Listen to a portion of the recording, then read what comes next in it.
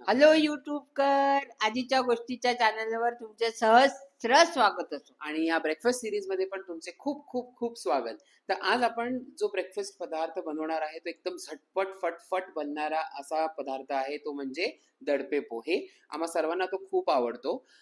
तर बघूया की त्या दडपे पोह्यांसाठी आपल्याला काय साहित्य लागतं. तर आणि हा व्हिडिओ बघताना तुम्ही आम्हाला नक्की कॉमेंट्स करून सांगा की तुम्हाला पुढचा नाश्त्याचा प्रकार कुठला बघायचा आहे. आणि आमच्या व्हिडिओला लाईक करा, शेअर करा, सबस्क्राईब करा आणि कमेंट्स करायला विसरू नका. आणि बेल आयकॉनवर पण क्लिक करा. जेव्हा पण आम्ही व्हिडिओज अपलोड करू, ते म्हणजे ट्यूसडे आणि थर्सडेला, तर तुम्हाला पटकन नोटिफिकेशन येईल की आजींनी व्हिडिओ अपलोड केलेला आहे. तर चला तर मग किचनमध्ये रेसिपी बघूया. तर आपण बघूया दडपे पोह्यांना आपल्याला काय काय साहित्य लागतंय ते. सगळ्यात पहिलं म्हणजे आपल्याला लागणारे बारीक चिरलेला कांदा. हा एक अख्खा मोठा कांदा बारीक चिरून घेतलेला आहे. त्याच्यानंतर मिरची, जिरं आणि मोहरी फोडणीसाठी, मीठ, कढीपत्ता, तेल आणि जेवढा कांदा आहे तेवढंच आपण ओलं खोबरं खाऊन घेतलेलं आहे. आणि दडपे पोह्यांना पोहे जे आपण घेतलेत, हे आपण काय करणार आहोत की हे मी चाळणीत घेतलेत किंवा एका स्ट्रेनर मध्ये घेतलेत. त्याच्यानंतर ह्याच्यावर पाणी टाकून हे 2-3 वेळा चांगले धुवून घेतलेत. ओके. आणि ह्याला असंच नितळायला ठेवून द्यायचं.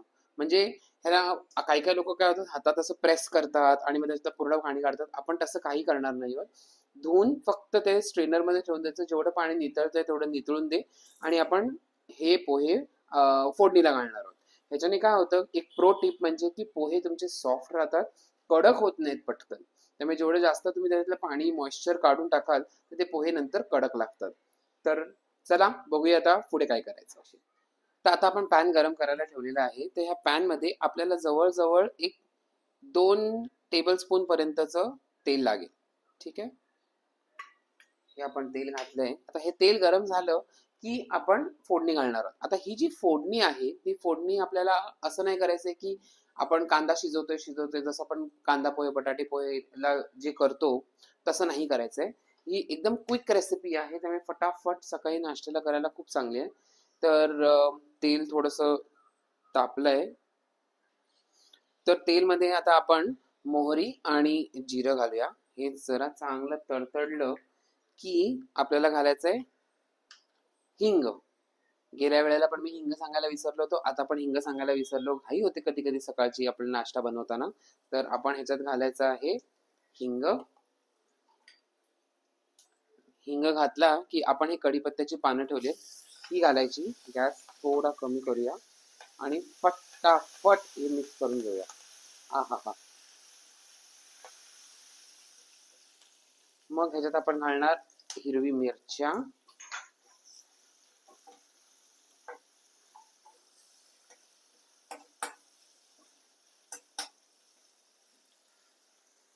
आता दडपे पोह्यांची ही रेसिपी आहे ऍक्च्युली कोकणातली. आता माझी गावची एक काकी आहे जी नेहमी मला ही पोह्यांची रेसिपी करून घालायची खायला. आणि मला खूप आवडायची लहानपणी. आणि मी तिच्याकडनं हे शिकलो की विचारलं, बाबा तू कशी करतेस म्हणजे. आणि त्यावेळेला ना ते गावाला ते लाल पोहे वापरायचे. तर आता आपण याच्यात कांदा घालूया. जे गावचे लाल पोहे येतात त्याच्यात ही रेसिपी ती बनवायची आणि ते एकदम टेस्टी लागायचे. आपण आता हे नॉर्मल पोह्यांमध्येच करतोय. तर आता हे जे कांदे घातलेत ना, ह्याला आपण थोडंसं फटाफट मिक्स करूया आणि आपण ह्याच्यात घालूया मीठ.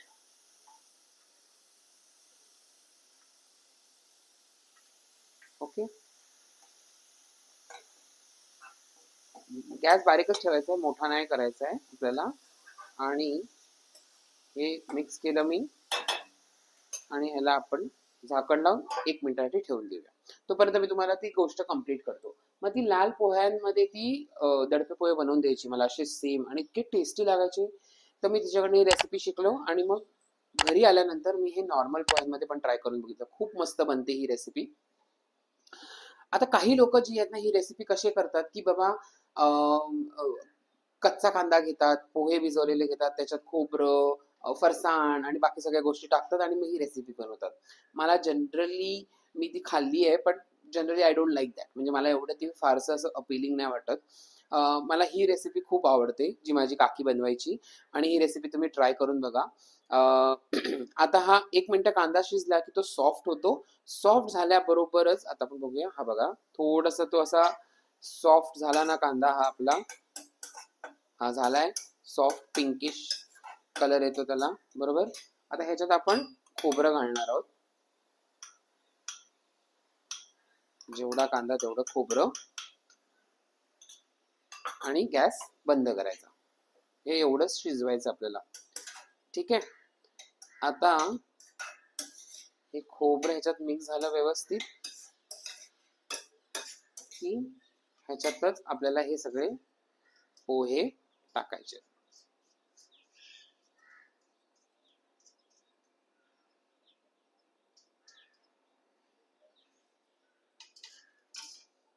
आता कोथिंबीर पण घालायची ह्याच्यात, भरपूर अशी कोथिंबीर तुम्ही ह्याच्यात बारीक चिरून घातलीत ना खूप छान लागते.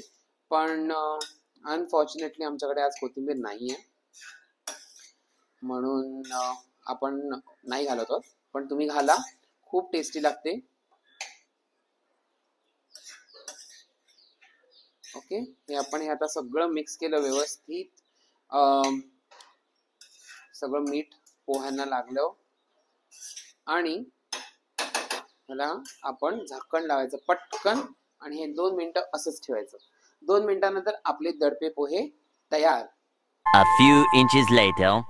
1-2 मिनिटं झालेली आहेत. आता आपण ओपन करून बघूया की आपले पोहे कसे आहेत. आ हा हा हा हा, काय सुगंध येतोय मस्त फोडणीचा. आपले पोहे रेडी झालेले आहेत.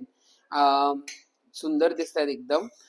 माझ्या तोंडाला पाणी सुटतं आणि भूक पण लागली आहे. तर पटापट हे पोहे मी आजींना सर्व करतो आणि मी पण जरा खायला घेतो. चला मग आजीला सर्व करूया. तर आपले दडपे पोहे तयार आहेत. तर आजींना देऊया आणि आजींचा नाश्ता पण होईल आणि आपल्याला आजी सांगतील की कसे झालेत हे दडपे पोहे. आजी ट्राय करा.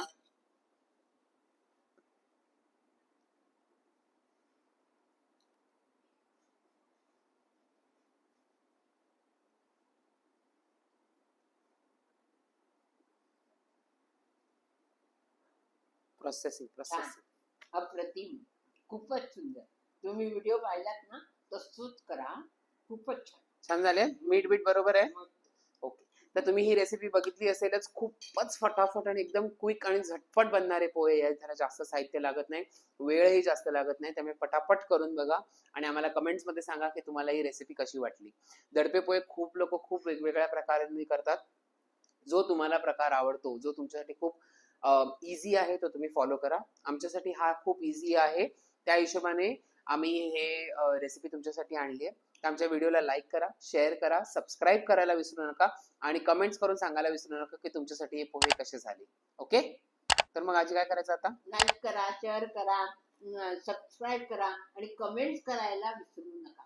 परत रिपीट झालेला आहे, त्यामुळे विसरू नका. Okay, bye.